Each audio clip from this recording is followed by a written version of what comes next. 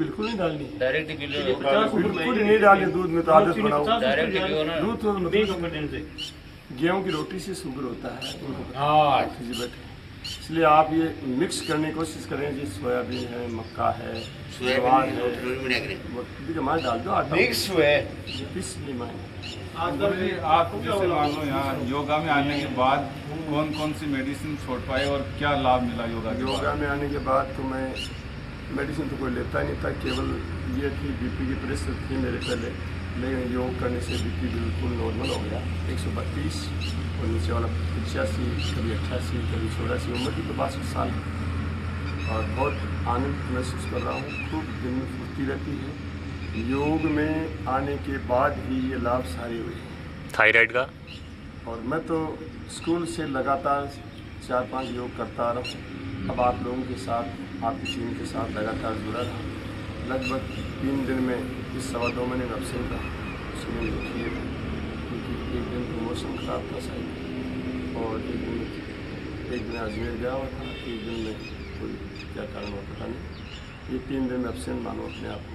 आगे भविष्य में इसका पूरा ध्यान रखोगे, एब्सेंट बिल्कुल नहीं।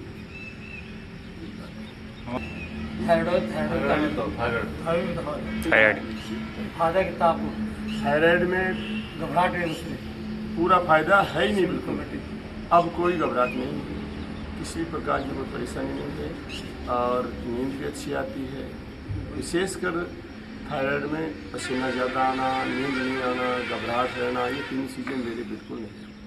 वो तो मेरी बता रहा हूँ और मैं प्रेरित भी करता हूँ जहाँ भी जाता हूँ। जैसे कल मैं डाफनौरा गया था बैठने के लिए 2-3 जगह, तो लोग वहाँ बैठे थे, मैंने उनको योग के बारे में बताया क्योंकि वहाँ मैं 9-10 साल रहा।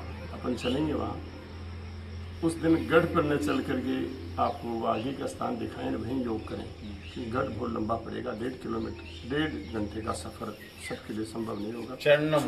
छोटा गढ़ है वहाँ पर, वहाँ चलेंगे। जैसे यहाँ इसको अपन जुड़े रहें तो ये बहुत अच्छी बात है। कल आपको कितना आनंद आया, आपने देखा। एक काम और भी कर सकते हैं, मान लो रुगनाथ कर गया तो फिर 2-4 आदमी साथ कर लिया, बस सिखाओ, बढ़िया बात है। भेजिया कुशलपुरा गया, खटे गया, तो 2 आदमी 3-3 आदमी साथ। भैया रोजाना अगर नहीं करेगा ना तो नहीं आएगा, 1-2 रोज सिखाइए, कुछ नहीं होगा। फिर प्रेरित लिया, कठे चाट लाग गया कि क्या की चाट लागे है? हाँ तो चाट ही है।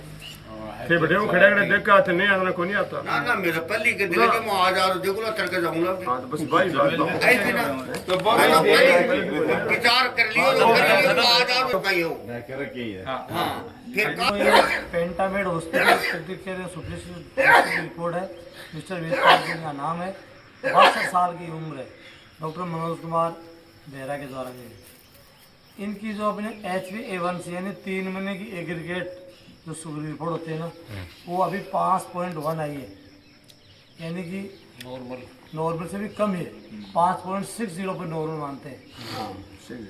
नॉर्मल कम में ठीक होने तो नहीं बॉर्डर लाइन में मतलब कोई जरूरी है, ज़्यादा नहीं, मतलब सही है।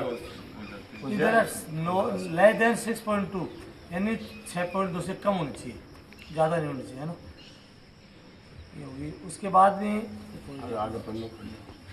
CBC में इनकी CBC सारी नॉर्मल है इनकी, कोई इनके अंदर नहीं है। कोई आवना तो मोटी करती भी बोल्ड जाओ अक्सर मोटा करते हैं। समझ में तो होगा नहीं आपने ये तो बाकर आ रही एक बार बता नहीं आपने। ये इनकी RBC H3 और HCT है, ये भी इनकी नॉर्मल है। हीमोग्लोबिन बता दो, नॉर्मल देख लो। देखो कोलेस्ट्रॉल एकदम समझ लो। ये अभी बायोकेमिस्ट्री आ गई, लिपिड प्रोफाइल जिसको अपन बोलते हैं।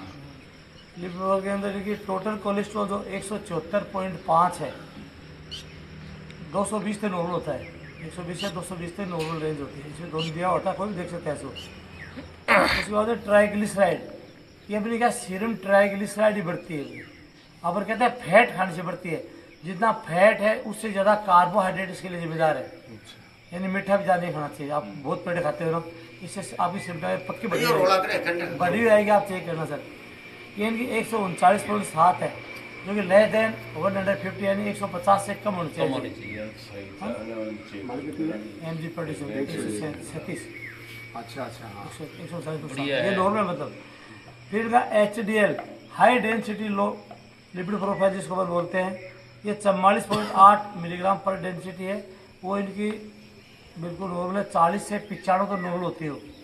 ये जितनी बड़ी होती है वो जितना बड़ी होती है, मतलब 40 के ऊपर ही है इनकी, कम नहीं होनी चाहिए। 44 है इनकी। ये जितनी अच्छी, मतलब इसको अच्छा कोलेस्ट्रॉल बोलते हैं बंद। हाँ मेरे तो दूसरा low density lipid profile LDL, ये 101.70 है, जो 60 से 130 डेसिबल नॉर्मल होती है। नॉर्मल में तो थोड़ी सी इसको करना चाहिए तो ज़्यादा है, क्योंकि 60 से होते हैं ना। 60 से 60 ये थोड़ा बहुत तो वेरी उसके बाद इनकी रिपोर्ट है CHOL HDL रेशियो है, तो ये इनका लेस देन 30 होना चाहिए और 27.94 यानी नॉर्मल है भी mg पर डेसिबल। फिर HDL इसका रेशियो 2.27 है, जो अप टू 2.0 होना चाहिए, यानी 2.0 से ज़्यादा होना चाहिए ना, वो भी सही है। 2.27 है HDL, वो आगे पहले आ जाओ। उसके बाद LFT लीवर फंक्शन टेस्ट, अपना लीवर कैसा क्या है। कुछ 50 नहीं होती। हाँ सारी गाली चल रहा है लीवर के लिए, तो लीवर की सारी जाँचें नॉर्मल है। लीवर HGOT 29.6 है, जो कि 40 से नॉर्मल होती है। HGPT 34.1 है, जो कि 0 से 45 से नॉर्मल होती है। उसके बाद में एल्कलाइन फॉस्फेट 136 है, 240 तक नॉर्मल होती है।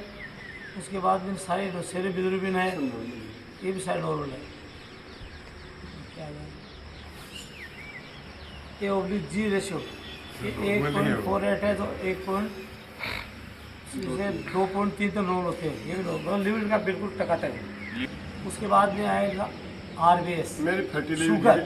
पहले फैटी लीवर थे, अब एकदम लीवर ठीक हो शुगर इनकी 105.6 है, जो 70 से 140, कुछ 180 से 140 120 बताते मैं हैं। चाय पी कर दिक्कत होगी। फिर भी 105 है पेट हो तो चाय पी 105 ज़्यादा नहीं है। ज़्यादा नहीं चाय 105 पी मैं बड़ा चाय पी के चाय पी ना बड़ा तारियां मान ले कि 90 में आई है। और इम्यूनोलॉजी के अंदर जो थायराइड के बारे में बता रहे थे, TSS थायराइड स्टिमुलेटिंग हार्मोन, है मेरी आप 11.6 होगी। थायराइड स्टिमुलेटिंग हार्मोन था TSH, जो 4.83 है, जो 0.35 से 5.6 होना चाहिए। होनी चाहिए 20 में हाफ। अभी भी नॉर्मल है। पहले 11 थी। एक की गोली जरूर लूँ मैं। इन्होंने विटामिन D3 भी कहा था, विटामिन D3 बहुत कम कराते हैं। विटामिन D3 का 34.3 है। बोला आप क्या करते हो? या तो आधा रीडिंग तो आफ्टर मैं वो आप रेडी रेडी है। है। विटामिन D3 है। लास्ट टाइम में बंद कोई फास्ट शुगर की तो मैं आपको बोली फास्टिंग भी बता। सीधे उधर गया 200 ऊपर से बीट बोलो है मैं मिली मिली तो काउंटिंग में मिली। तो 200 मेरे 100 हां B3 तो लिखा है। इंजेक्शन वही देखो B12 विटामिन 8 5 इंजेक्शन वही तो बता दे कंट्रोल ही नहीं आता खराब हो गई एकदम